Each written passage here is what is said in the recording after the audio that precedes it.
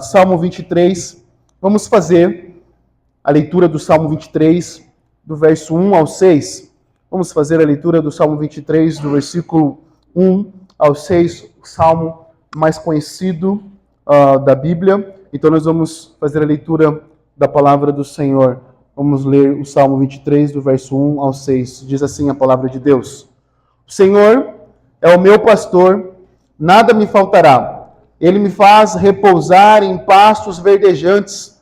Leva-me para junto das águas de descanso. Refrigera-me a alma, guia-me pelas veredas da justiça, por amor do seu nome. Ainda que eu ande pelo vale da sombra da morte, não temerei mal nenhum, porque tu estás comigo. O teu bordão e o teu cajado me consolam. Preparas-me uma mesa na presença dos meus adversários. Unges a minha cabeça com óleo, o meu cálice transborda. Bondade e misericórdia certamente me seguirão todos os dias da minha vida. E habitarei na casa do Senhor para todo o sempre. Amém. Vamos a Deus mais uma vez em oração. Vamos ao Senhor em oração. Pai, nós queremos te agradecer. E nós queremos, ó Deus, com o coração quebrantados diante do Senhor, como nós já cantamos, e nós queremos te pedir mais uma vez. Mostra Cristo, Senhor Deus. Mostra o seu Filho que morreu na cruz, está glorificado. Ó Deus, o Senhor Jesus que está vivo, mostra, se revela para nós através da sua palavra, Senhor. E nós queremos, ó Deus, pedir que o Senhor leve os nossos pensamentos cativos a Cristo Jesus somente. Que o Senhor tire, ó Deus, toda a cegueira espiritual dos nossos olhos, toda a trave, ó Deus, aquilo que nos impede, ó Deus, de compreender a palavra do Senhor, ó Deus. Em nome de Jesus. Amém. Meus irmãos, Salmo 23 é um dos salmos mais conhecidos da Bíblia. O livro dos Salmos é um dos salmos, é o livro que tem 150 salmos, e o Salmo 23, e creio que em segundo lugar o Salmo 91, todos conhecem. E o Salmo 23, ele foi escrito por Davi. Davi, então, ele começa o Salmo 23 dizendo: O Senhor é o meu pastor. Na primeira mensagem que foi compartilhada, nós abordamos esse aspecto do Senhor, o meu pastor. E a importância de nós falarmos sobre o Senhor, o meu pastor, porque rapidamente nós lemos o Salmo 23 e já passamos correndo para aquilo que Deus pode nos dar e para aquilo que Deus pode nos levar. O Senhor é meu pastor, nada me faltará. Ele me faz repousar em pastos verdejantes. Mas nós não nos atemos ao Senhor do Salmo, ao Deus do Salmo. E é exatamente isso que Davi está fazendo. E é interessante nós prestarmos bem atenção no Salmo 23, a forma como ele começa. Ele começa dizendo: o Senhor é o meu pastor. É o meu pastor. É uma forma de intimidade, de relação, intimidade e dependência de Deus. Então Davi, ele fala: o Senhor meu pastor. E nós abordamos no primeiro tópico, e eu quero relembrar mais uma vez aos irmãos, sobre nós termos uma compreensão, na realidade, uma compreensão, ou dizermos, ou falarmos sobre, de forma racional, simplesmente o Evangelho. Mas nós simplesmente só dizermos que Jesus morreu na cruz, e ponto, e acabou, e dizemos que isso é suficiente, somente só esse entendimento racional é suficiente para a nossa salvação. Mas nós abordamos que não, é necessário nós termos um encontro e uma compreensão espiritual do que Cristo fez na cruz. Do que Cristo fez na cruz.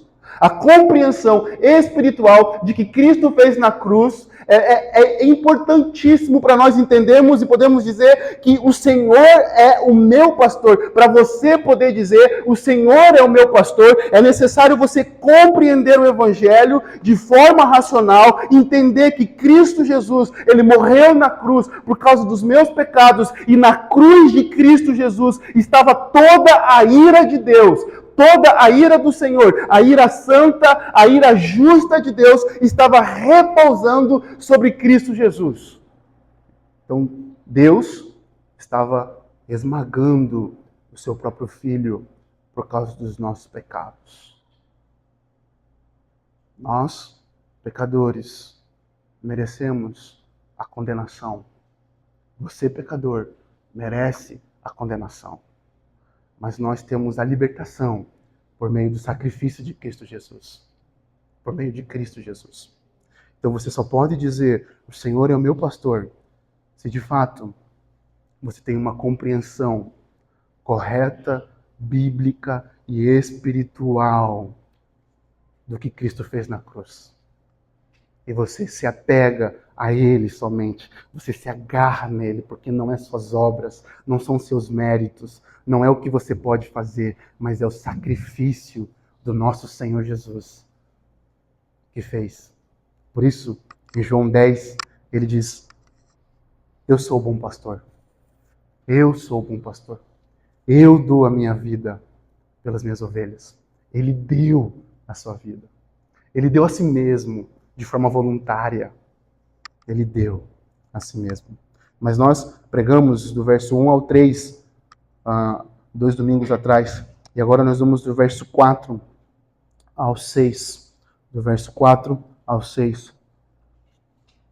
O versículo 4 ao 6 diz assim, o verso 4. Ainda que eu ande pelo vale da sombra da morte, não temerei mal nenhum, porque tu estás comigo, e o teu bordão e o teu cajado me consolam. Então nós podemos perceber a presença de Deus em meio aos vales da vida. A presença do Senhor em meio aos vales da vida. Observe que o versículo 4 diz, ainda que eu ande pelo vale da sombra da morte. Veja que são palavras fortes, vale, sombra e morte. O salmista está dizendo, Davi está dizendo, o que foi pastor de ovelha, o que cuidou de ovelha, ele está entendendo a profundidade do significado de que é um cuidado que um pastor faz. E ele está olhando para Deus dizendo, o Senhor é meu pastor, e ainda que eu ande pelo vale da sombra da morte, não temerei mal nenhum. Mas sabe, meus irmãos, existe uma tendência de nós avaliar os nossos dias como bons e ruins. E quando é que nós avaliamos os nossos dias como bom? Às vezes nós avaliamos os nossos dias como bom quando nada de ruim acontece. Não é verdade? Os planos que nós fizemos saiu do papel, foram realizados e nós chegamos ao final do dia cansados, mas satisfeitos com o que fizemos. E quando é que nós avaliamos os nossos dias como ruim? Geralmente é quando tudo que você planejou para aquele dia foi por água abaixo.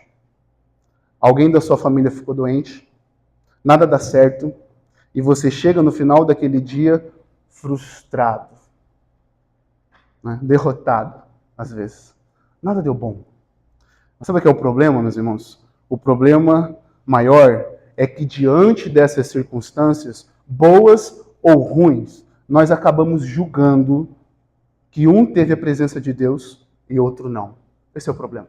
O problema é que diante de um dia bom e diante de um dia ruim, nós acabamos julgando e falando assim, Deus não está comigo nesse dia. Mas quando nós olhamos para o texto do versículo 4, ele está dizendo assim, ainda que eu ande pelo vale da sombra da morte, nós vamos andar pelo vale da sombra da morte. Nós não podemos esquecer disso, que o Senhor não promete nos livrar dos vales da sombra da morte. O que Ele promete é estar conosco, nos guiando em meio aos vales da nossa vida. É isso que Deus promete. Ele não promete, não está dizendo, olha, agora você vai vir à fé e acabou os problemas. Não é isso. E o próprio Senhor Jesus, em João capítulo 16, verso 33, diz, e tenho-vos dito isto, para que em mim tenhas paz. No mundo tereis aflições, mas tende bom ânimo. Eu venci o mundo. O Jesus diz, olha, vou dizer para vocês, vai ficar sinistro. Mas tem dia que vocês vão andar pelo vale da sombra da morte. É exatamente isso que acontecia com o pastor, com suas ovelhas. Quando ele tinha que guiar suas ovelhas a buscar as águas, as pastagens verdejantes. O pastor, ele guiava, e ali, nesse contexto, o contexto do povo de Israel, aonde o povo tinha que eram terras áridas, tinham montanhas, lugares difíceis, aonde feras poderiam atacar as ovelhas e o pastor estava cuidando. Então Davi está olhando e dizendo: ainda que eu ande pelo vale da sombra da morte, não temerei mal nenhum. Nós não sabemos quantos vales vamos passar. Você não sabe quantos vales você vai passar. Você não sabe quantos vales você irá passar nessa vida. Talvez você esteja passando por um agora, nesse momento. Talvez você se encontre e você fala: pastor, você não sabe o que está acontecendo na minha vida. E exato, eu não sei. Mas o ponto é que o Senhor soberano, o Rei, o Criador dos céus e da terra, Ele sabe o que está passando na sua vida. E Ele está com você. Porque é isso que o salmista diz: ainda que eu ande pelo vale da sombra da morte, não temerei mal nenhum.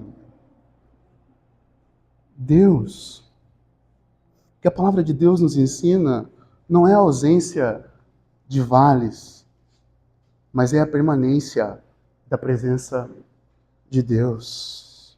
Deus, como nosso pastor, nos conduz nos momentos mais difíceis de nossas vidas.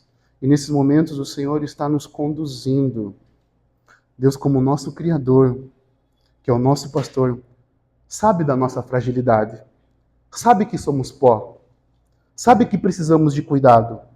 Assim como as ovelhas são totalmente vulneráveis, dependentes do pastor, nós somos dependentes de Deus, do cuidado soberano de Deus. Davi descreve aqui a causa dele: não temerei mal nenhum. Não é questão que ele não vai sentir medo, é que ele não vai deixar que o medo vai dominar o seu coração. Não temerei mal nenhum não é deixar de sentir medo, mas é não deixar que o medo domine o seu coração, que paralise você. Porque se tem uma coisa que nos paralisa, é quando nós somos dominados pelo medo. O medo nos paralisa. Ficamos como sem conseguir reagir e não avançamos. Não avançamos. O medo nos paralisa. Sabe, alguém que teve medo? Pedro. Pedro teve medo. Apóstolo Pedro teve medo. Apóstolo Pedro viveu esse medo paralisante. Enquanto caminhava sobre o mar, quando viu Jesus diante da tempestade, ele pediu para ir até Jesus. Mateus capítulo 14, verso 29 e 30, quando Pedro está diante de Jesus, vendo Jesus no mar, dizendo: olha, se é tu mesmo, se é o Senhor mesmo, então me permitas andar sobre o mar. Então Pedro vai. Jesus diz: venha, respondeu ele. Então Pedro saiu do barco, andou sobre a água e foi na direção de Jesus. Mas quando reparou no vento, ficou com medo e, começando a afundar, gritou: Senhor, salva-me. Enquanto nós andamos na direção de Jesus, com os olhos fitos nele, nós prosseguiremos, nós vamos prosseguir em meio à tempestade. Pedro desviou o seu olhar e começou a reparar no vento e ficou com medo. Por vezes, nós somos assim. Nós estamos andando diante das situações. Nós ficamos diante de situações tão caóticas que o nosso coração fica com medo. Mas mesmo assim nós vamos adiante dessa situação. Você resolve prosseguir em frente, ir adiante. Você não deixa o medo te dominar, mas confia no Senhor. Então Davi fala: não temerei mal nenhum, não com base na sua autoridade, não com base na sua riqueza, não com base na sua sabedoria humana, não com base em quaisquer outros recursos que nós podemos ter. Davi não está falando: não temerei mal nenhum, porque eu sou o rei de Israel, porque eu tenho toda a riqueza, porque eu tenho todos os recursos da sabedoria humana que pode me auxiliar. Não, Davi está falando: não temerei mal nenhum, porque tu estás comigo. É confiando que a presença de Deus está conosco, é que conseguimos prosseguir diante das pressões que nós vamos viver. É olhando para a presença de Deus que nós não vamos sucumbir aos ventos da tempestade que bate na nossa vida constantemente. Então nós precisamos ter a real convicção de que Deus está conosco. Por isso que o verso 1 é importante para nós. O Senhor é o meu pastor. E quando nós podemos dizer que o Senhor é o nosso pastor, que nós temos uma intimidade com Ele e que nós dependemos deles e que nós nos agarramos sobre Ele, nada que as pessoas, nada que o mal possa querer vir nos atingir, não vai nos dominar, porque o nosso soberano Senhor cuida de nós. O soberano Senhor cuida de nós. Não vai deixar. Quando nós tiramos os olhos do Senhor, nós afundamos igual a Pedro sobre as águas, diante da tempestade. Esse é o problema. O problema é que muitas vezes eu e você tiramos os olhos do Senhor, da presença do Senhor. Então, os perigos de nós tirarmos os olhos do Senhor em meio aos vales é que nós vamos afundar em nossos desesperos. Quando nós tiramos os olhos do Senhor, há grande probabilidade de nós colocarmos os nossos olhos em outro lugar. E muitas vezes, na autossuficiência. Quando nós tiramos os olhos do Senhor, nós nos achamos autossuficientes. E aí, Provérbios de Salomão diz que o orgulho precede a queda. Quando nós nos achamos autossuficientes, não precisamos de Deus, não precisamos de ninguém. E Davi está dizendo, ainda que eu ande pelo vale da sombra da morte, não temerei mal nenhum, porque tu estás comigo. Mas não sabe o que é importante nós lembrarmos? É que ninguém nasce no vale ou no deserto, ninguém vai morar para sempre lá. Esses são lugares de passagens. Os vales e os desertos da vida, as tribulações, servem para nos lembrar somente que a presença de Deus é mais importante. Esses lugares que nós passamos, os vales, nós não vamos morar lá. Jesus passou 40 dias no deserto. Nós não vamos, o povo de Israel também não morou no deserto. Mas nós precisamos ter em mente do Deus Emanuel que nós temos.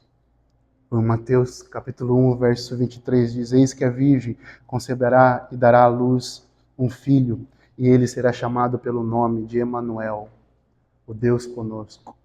Emanuel, Deus conosco. Deus conosco.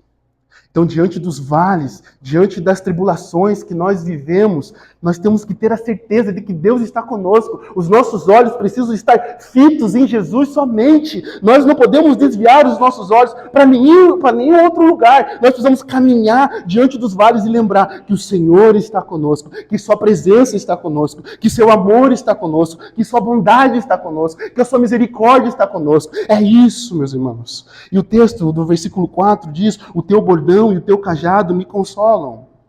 O bordão era um bastão pesado com o qual o pastor podia atordoar ou matar uma fera que tentasse atacar o rebanho. Então veja, o pastor está andando com seu rebanho, caminhando, buscando pastagens, águas tranquilas e mansas, mas ele está com um bordão ali, pelo qual o pastor ele vai defender as suas ovelhas. E é exatamente isso, meus irmãos. Nós temos os nossos inimigos. 1 Pedro 5, verso 8 diz, sejam sóbrios e vigilantes. O inimigo de vocês, o diabo, anda em derredor como um leão que ruge procurando alguém para devorar. Nós sabemos que o diabo é o nosso inimigo e que anda ao nosso derredor procurando por pessoas vulneráveis para tragar, para matar, mas sabemos que nós temos o nosso supremo pastor que cuida de nós e que nos protege, e precisamos andar em humildade, ouvindo a voz do nosso pastor, porque nós precisamos nos humilhar debaixo do nosso pastor, para estarmos sob o cuidado dele, porque quando uma ovelha se dispersa do rebanho e foge da voz do pastor, ela fica vulnerável aos ataques das feras e dos inimigos. Então nós precisamos andar seguindo a voz do nosso pastor. E o cajado, meus irmãos, era um artifício, era uma vara, na realidade, com extremidades curvadas. E qual era a intenção? Ajudar as ovelhas, né? Ajudar as ovelhas individualmente. Ovelha, geralmente, sempre quer fugir do caminho que o pastor está dando. O pastor está à frente, chamando as ovelhas. E o cão pastor, como nós vimos, né? Que vocês precisam ouvir a voz do Supremo Pastor, né? O Senhor Jesus Cristo. Ele é o Supremo Pastor. Né? E os pastores que estão aqui, como eu, nós somos apenas como aqueles cães lá, latindo, para vocês seguirem o bom pastor. É Ele o Supremo Pastor, que está guiando o povo no deserto, está guiando o povo, levando para os passos verdejantes, as águas de descanso. Então, o cajado serve para puxar aquela ovelha que talvez caia num buraco, que fique enroscada em algum lugar, em perigo. Então, serve para puxar ela. Então, a forma que nós podemos... Os vales são momentos pedagógicos também. Os vales são momentos pedagógicos, onde nós desfrutamos de forma mais profunda o consolo do nosso Deus, e nos vales é onde nós também somos disciplinados pelo Senhor, para sermos corrigidos e transformados pelo Senhor cada vez mais. Então, nos vales, veja, olha o verso 4 que ele diz: o teu bordão e o teu cajado me consolam. Então, nós desfrutamos do consolo profundo do nosso Senhor no meio aos vales. E nós desfrutamos também das disciplinas do Senhor. Existem desertos e vales que nós estamos passando porque o Senhor está nos disciplinando, meus irmãos. Existem situações que estão acontecendo na nossa vida que é o Senhor nos disciplinando. É o Senhor nos disciplinando, nos corrigindo.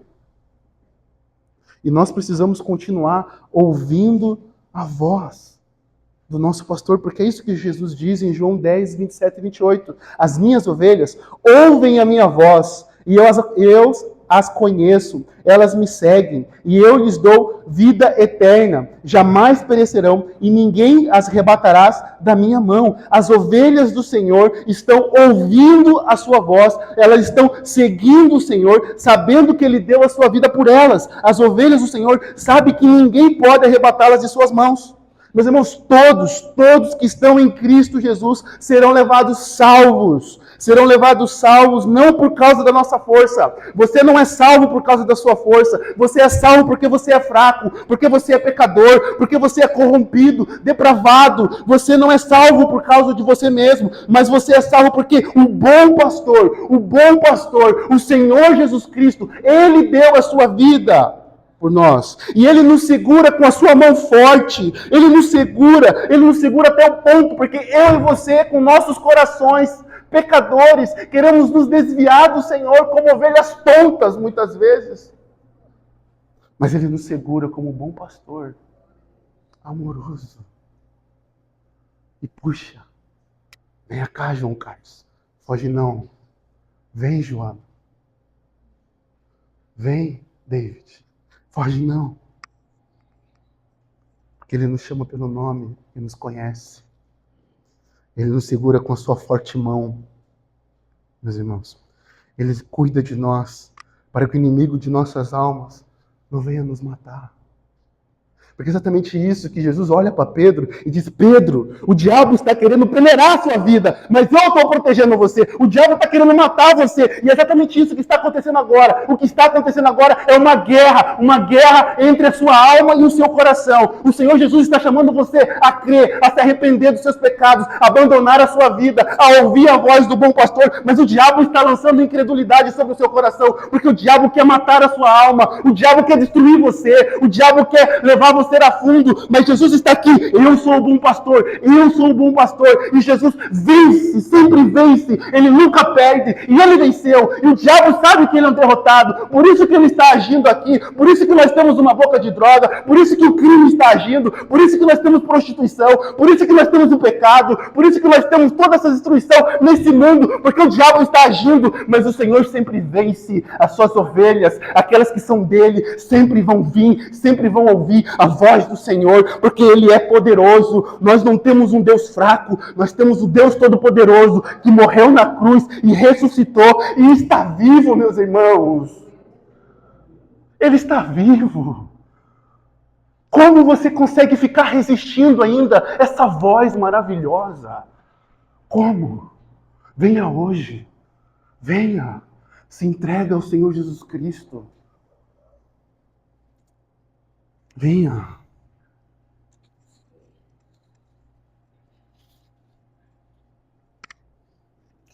É desse Senhor que nós precisamos. É desse Senhor que você precisa. Todos os dias. Todos os dias.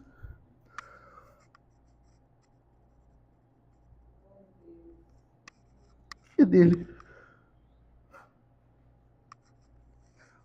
É só dele que você precisa.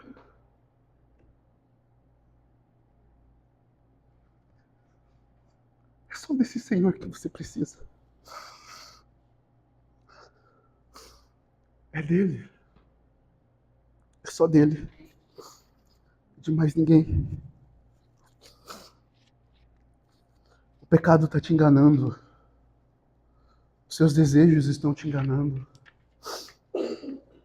Se volte para o Senhor. Porque o Senhor, Ele nos conduz a salvo. Ele prepara uma mesa de nós com fartura. Olha o verso 5. Preparas-me uma mesa na presença dos meus adversários. Unge a minha cabeça com óleo e meu cálice transborda. O Senhor nos conduz a desfrutar da sua mesa. A mesa aqui não é obrigatoriamente um móvel, né, usado por seres humanos. O termo significa simplesmente algo estendido, espalhado, lugares planos, numa região montanhosa. Pode ser chamado de mesas e por vezes o pastor parava com seu rebanho num desses locais e deixava que as ovelhas se alimentassem e descansassem ali antes de prosseguir para o aprisco. Seu comentarista fala, o Henry Wisber. Interessante aqui, meus irmãos, que o entendimento normal que nós temos desse versículo é que nós vamos vencer nossas lutas e nós vamos estar diante dos nossos inimigos desfrutando do banquete do Senhor, né? Aí chega até soar aquela música Sabor de Mel, né? Quem não te viu passar na prova, quem não te ajudou vai se arrepender. Não, meus irmãos, não é isso. Não, o entendimento não é esse. O entendimento correto aqui é que apesar dos nossos inimigos, o Senhor nos levará salvo a desfrutar da mesa do Senhor. Apesar daqueles que nos perseguem, apesar de que Satanás se levante contra nós, apesar que o pecado esteja contra nós, mas o Senhor que nos segura fortemente nos levará.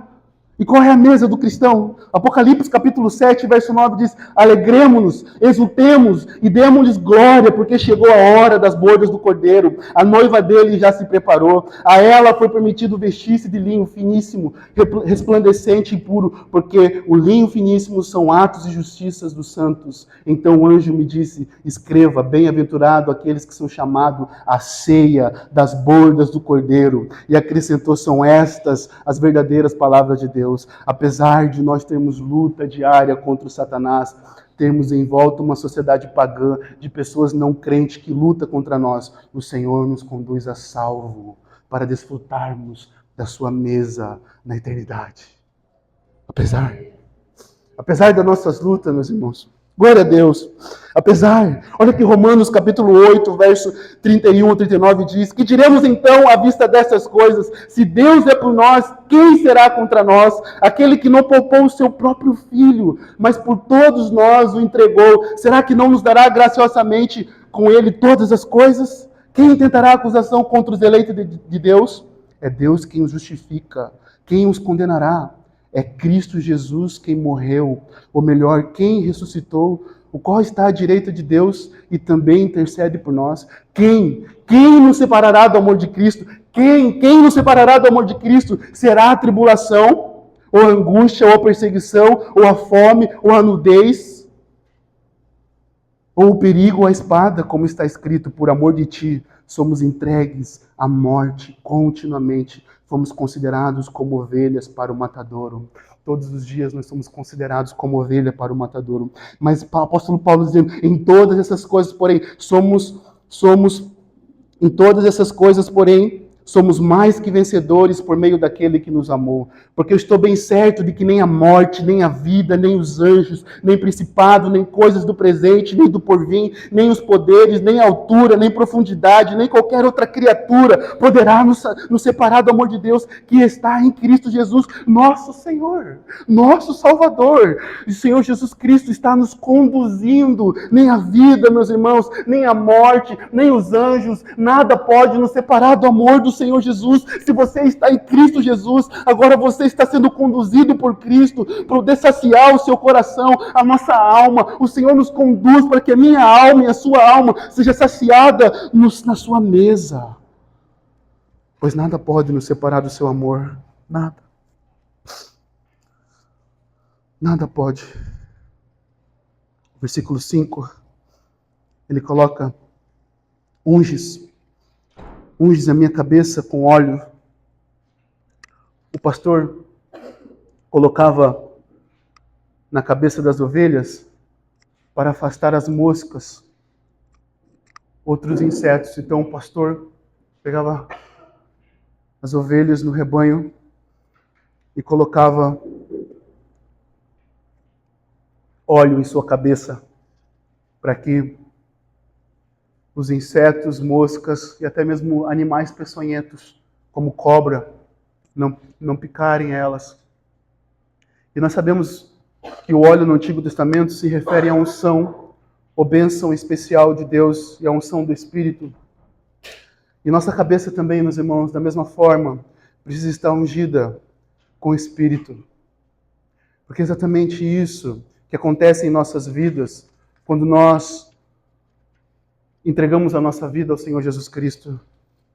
Obrigado. Quando nós entregamos a nossa vida ao Senhor Jesus Cristo, nós recebemos o Espírito Santo.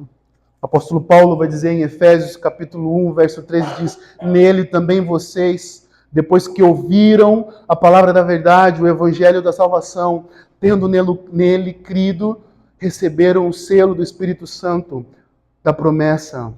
Primeiro, o que você precisa fazer para você receber o Espírito Santo? O que você precisa saber para você receber o Espírito Santo? Para o Espírito Santo habitar em você, para você ser ungido com a presença do Senhor, com o Espírito. Primeiro você precisa ouvir o Evangelho da verdade. Você precisa ouvir o Evangelho verdadeiro. Você precisa não só ouvir, mas você precisa entender o Evangelho, entender que é um pecador, entender que Cristo morreu na cruz por causa dos seus pecados, entender que a ira de Deus estava sobre Jesus. Mas agora o apóstolo Paulo coloca que você precisa crer no Senhor Jesus Cristo, se arrepender dos seus pecados. Então quando você faz isso, você é selado com o Espírito Santo. Então assim como as ovelhas eram ungidas com o óleo em suas cabeças para a sua proteção, nós agora temos o Espírito Santo que nos guia sobre toda a verdade, nos protegendo de cairmos no engano. O Espírito Santo habita no crente agora para nos guiar sobre toda a verdade, para nos guiar na palavra do Senhor, nos consolando, nos dirigindo, nos orientando. Então nós precisamos do Espírito Santo para nos proteger de nós não cairmos no engano, porque não tem uma coisa fácil, meus irmãos, nesse tempo. Pensa, há 2000 anos, Jesus escrevendo os evangelhos e já dizendo que falsos profetas iam sair por esse mundo. Então agora se triplicou, multiplicou os falsos profetas. Vocês não precisam nem ir na igreja deles. É só você abrir o TikTok, o YouTube, Instagram, você vai encontrar inúmeros falsos profetas. Mas aqueles que têm o Espírito Santo sobre a sua vida, eles serão guiados na verdade de Deus, a verdade da palavra do Senhor. Então o Espírito Santo nos guia e nos direciona a nos alimentarmos da verdade do Senhor, a comermos comida de verdade, né? Comida, ouvindo a voz do Senhor, nos alimentando do nosso Senhor Jesus Cristo todos os dias. E o outro ponto que ele coloca aqui, o meu cálice transborda, é a alusão a um bebedouro do pastor, que era uma pedra grande escavada em forma de tanque, cabendo quase 200 litros de água, aonde as ovelhas bebiam. Então o Senhor cuida de nós E nós podemos confiar na sua provisão abundante. O Senhor está conosco, com a sua presença, e está nos guiando, e Ele derramou agora o seu Espírito sobre a igreja. Se você crê no Senhor Jesus Cristo, recebeu Ele como Senhor e Salvador de sua vida, você tem o Espírito Santo sobre a sua vida, o Espírito Santo está te guiando, e o Senhor provê para nós alimento para nossa alma, alimento para o nosso coração, e o Senhor também provê para nós quando nós estamos passando por necessidades, aquilo que nós necessitamos da parte do Senhor. E aqueles que beberam da água de Cristo terão uma fonte inesgotável, meus irmãos. Quando nós bebemos da água de Cristo, nós temos uma fonte inesgotável. O bom pastor nos guia em segurança pelo vale da sombra da morte, prepara um banquete e o nosso Cristo provê para nós água abundante, meus irmãos. Água abundante. Água abundante. Nós chegamos no verso 6. A presença de Deus para sempre agora.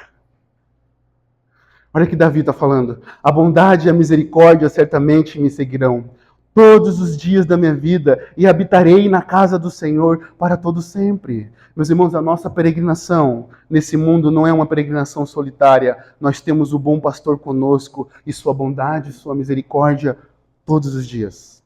Todos os dias. Salmo 52, verso 1, depois a bondade de Deus dura para sempre. A bondade de Deus dura para sempre. A W. Pink coloca o seguinte em relação à bondade do Senhor, que é um atributo de Deus. Ele é essencialmente bom, não apenas bom, mas a própria bondade. Olha o que ele diz, na criatura, em nós, a bondade é uma qualidade acrescentada. Em Deus é a sua essência. Ele é infinitamente bom. Na criatura, a bondade é apenas uma gota, mas em Deus é um oceano infinito, ou um infinito ajuntamento de bondade. Ele é bondoso. Deus é bom, meus irmãos. E Deus é bom. Mas sabe qual é o problema? O problema sempre é o nosso coração. E às vezes nós achamos que a bondade de Deus se revela somente quando Ele dá aquilo que nós queremos. Às vezes nós achamos que a bondade de Deus se revela somente quando Ele dá aquilo que nós queremos. Se Deus não me der isso, Ele não é bom. Se Deus não me der aquilo, Ele não é bom. Não, meus irmãos. Se Deus não te der, é porque Deus não tem compromisso com os seus desejos. Deus não tem compromisso com as suas vontades. Deus tem compromisso com a sua palavra. Ele é fiel. Então Ele continua sendo bom porque a essência dele é boa. E foi isso que Ele fez quando Ele criou o mundo, os céus e a terra. Ele disse o quê? Tudo é bom. Se Deus...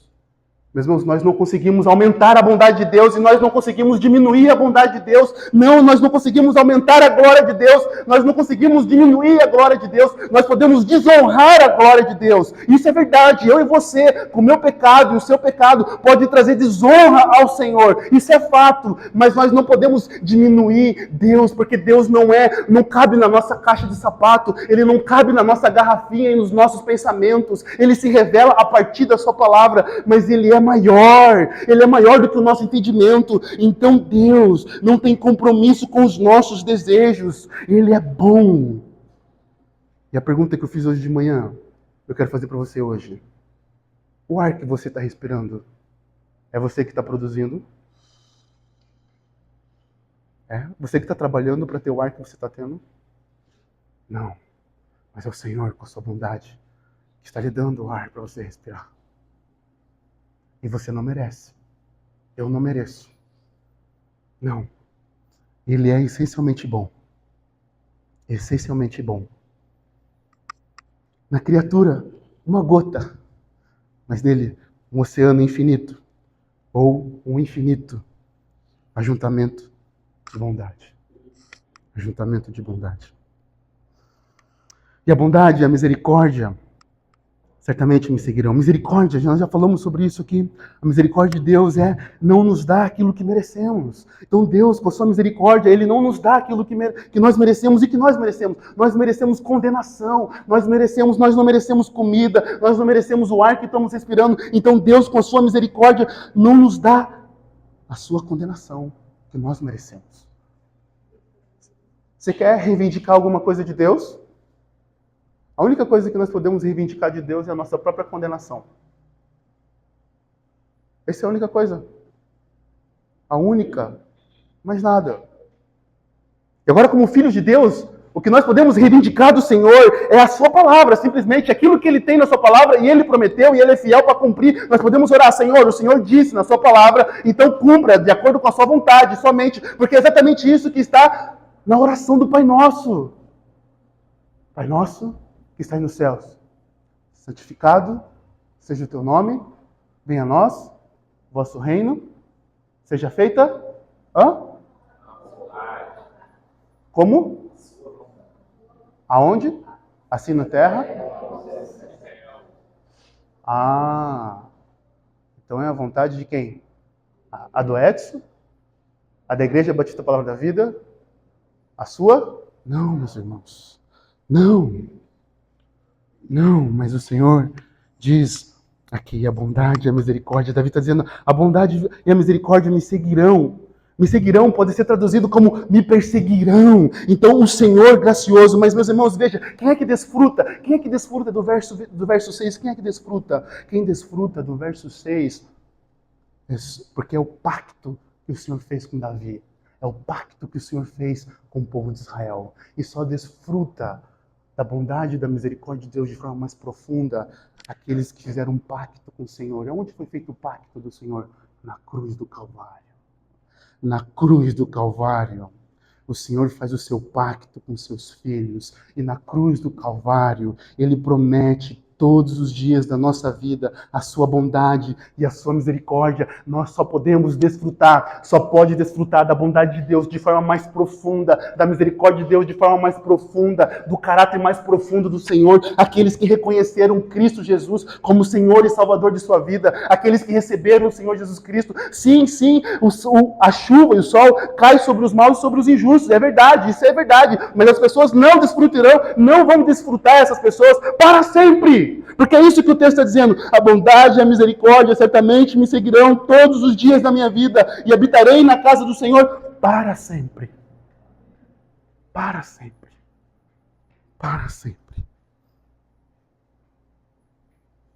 Meus irmãos, nós damos todos os motivos para o Senhor nos deixar. E todos os dias. Todos os dias.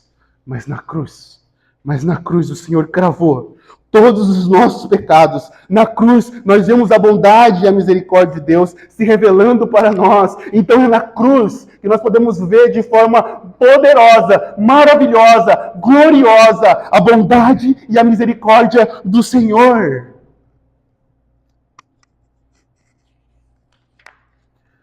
Por isso nós podemos confiar no nosso bom pastor. Ele é bondoso e misericordioso e cuida de nós da melhor forma possível.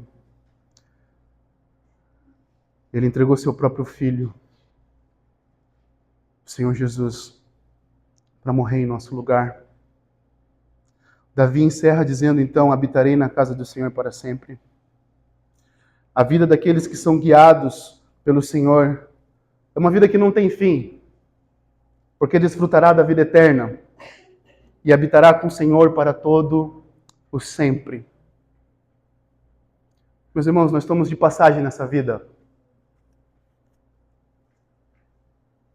Você já pensou quanto tempo de vida você tem mais? Mais 10? Mais 30? Eu estou com 30, 33. Se o Senhor for misericordioso, mais uns 50. Quer dizer, a misericórdia dele continua me dando 50 ou não, né? Mas, quanto tempo nós estamos em passagem? E você precisa lembrar disso, meus irmãos. Você precisa lembrar que você está de passagem nessa vida. Porque você precisa entender que você precisa ter um encontro com o Senhor Jesus Cristo e olhar para Cristo somente. Porque João capítulo 17, verso 3 diz: a vida eterna é esta, que conheçam a Ti, o único Deus verdadeiro, a Jesus Cristo, a quem enviaste. Então a vida eterna é essa, que nós conheçamos a Cristo, o único Deus verdadeiro, o único, o Senhor Jesus Cristo, a quem o Senhor Deus enviou, o Deus verdadeiro. Nós precisamos conhecer Cristo Jesus, nós precisamos ter um relacionamento com Cristo Jesus. Por isso que o Salmo 23 é importante no entendimento, da nossa compreensão do versículo 1. O Senhor é meu pastor, o Senhor, o meu pastor, tem entendimento do quê? Você conhece a Cristo de fato, você tem um relacionamento com Cristo para viver com Ele eternamente, para sempre. Porque o alvo do crente que segue o bom pastor é desfrutar da sua bondade e misericórdia e estar eternamente diante do Senhor. Os que estão em Cristo Jesus vão morar para sempre com o Senhor Jesus, contemplando a sua face. A sua face. Você não vai ser salvo pelas suas boas obras. Você não vai ser salvo porque você é forte. Mas você é salvo se você conhecer o Deus verdadeiro, Jesus Cristo. Por quê? Porque é com Ele que nós vamos morar. É com Ele que nós vamos estar.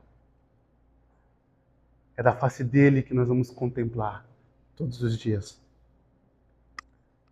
Porque se você não tem Cristo Jesus, você é inimigo dele. Então você não vai para o céu. Se você não se arrepender dos seus pecados nessa vida, ainda hoje. Por isso, olhe para Ele. Olhe para Ele. Olha, e habitarei na casa do Senhor para todo sempre. Um dia, todos nós estaremos lá. Lembrando que a vida eterna já começou aqui desse lado. Você já foi salvo se você colocou a fé em Cristo. Você já vive desfrutando das bênçãos espirituais do Senhor Jesus. Mas chegará um dia que nós estaremos face a face com o nosso Senhor. Nós estaremos vendo Ele, contemplando Ele da forma como Ele é. Chegará esse dia. Então por isso que é necessário nós termos um encontro com o Senhor e conhecermos o nosso Senhor. Porque a vida eterna é nós vivermos desfrutando de um relacionamento eternamente com o Senhor Jesus. Olhe para Cristo. O Senhor é o teu pastor? Se Ele não for teu pastor, hoje é dia de você olhar para Ele e se arrepender dos seus pecados e colocar fé nele. Você tem desfrutado do Senhor? Se você é crente, talvez você não tenha desfrutado ainda do Senhor e tendo prazer nele. Hoje é dia de você redirecionar o seu coração para o lugar certo, para a presença do Senhor. A presença do Senhor. Vamos orar, meus irmãos.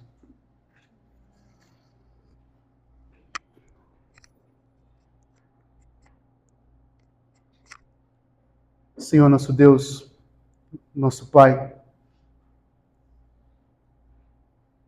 obrigado pela sua palavra que nos consola. Obrigado, Senhor.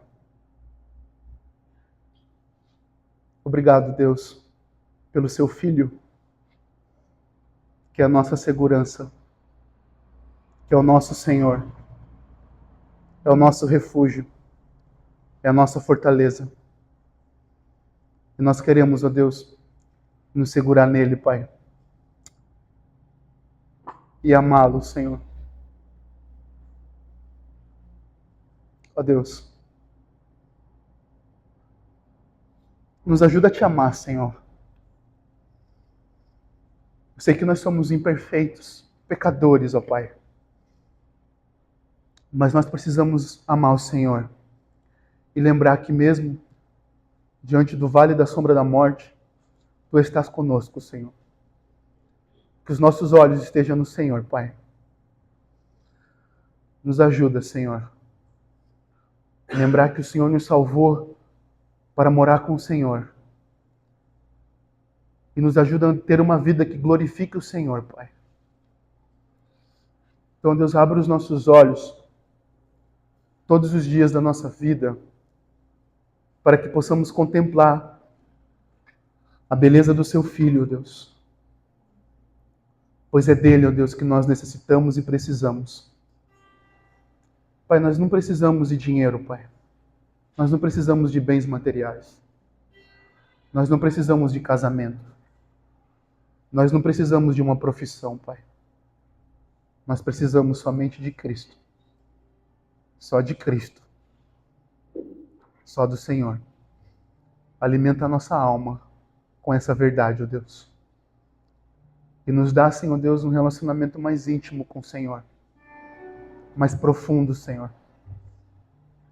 Tira, Senhor Deus, de nós a trave dos nossos olhos, ó Pai, para que possamos enxergar, Senhor, as verdades eternas da Sua palavra. Deus, se alguém aqui nessa noite que não confessa o Senhor Jesus Cristo como Senhor e Salvador de sua vida, eu peço ao Senhor, Pai, se mostre a Ele, gerando fé, arrependimento. Pai, em nome de Jesus, nos edifica e salva pessoas, e nos salva de nós mesmos, ó Deus, e dos nossos pecados. Essa é a minha oração que faço, em nome de Jesus. Amém.